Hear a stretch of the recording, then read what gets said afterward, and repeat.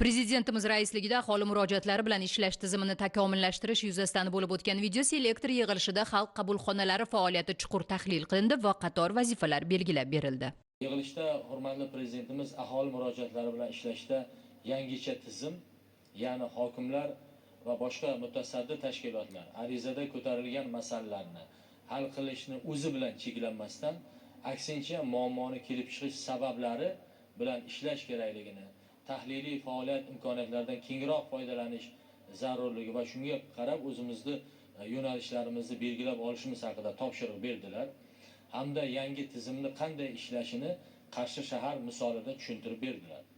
Albatta, yangi tizimda har bir murojaat alohida tahlil qilinadi, muammo qaysi sohaga tegishli ekanligi aniqlanadi, mas'ul rahbarlarga aniq vazifalar beriladi, idoralar o'rtasida hamkorlik yanada kuchaytiriladi. Aholi muammosining asosiy qismi hududning o'zida mahalla darajasida hal qilinadi. Joriy yil birinchi yarim yil yakuniga qadar Qarshi shahar namunasini viloyatimizdagi barcha 16 ta tuman shaharlarda joriy qilamiz va Qashqadaryo tajribasini yaratamiz. Bundan tashqari joriy yilda murojaatlarni keskin kamaytirish bo'yicha belgilab olgan aniq chora-tadbirlar asosida viloyatda murojaatlar bilan ishlashda raqamli texnologiyalar va sun'iy intellekt imkoniyatlarini keng joriy qilamiz. Hozirda Qarshi shahrida joriy qilingan xalq nazorati platformasi barcha tuman va shaharlarda ishga tushiriladi.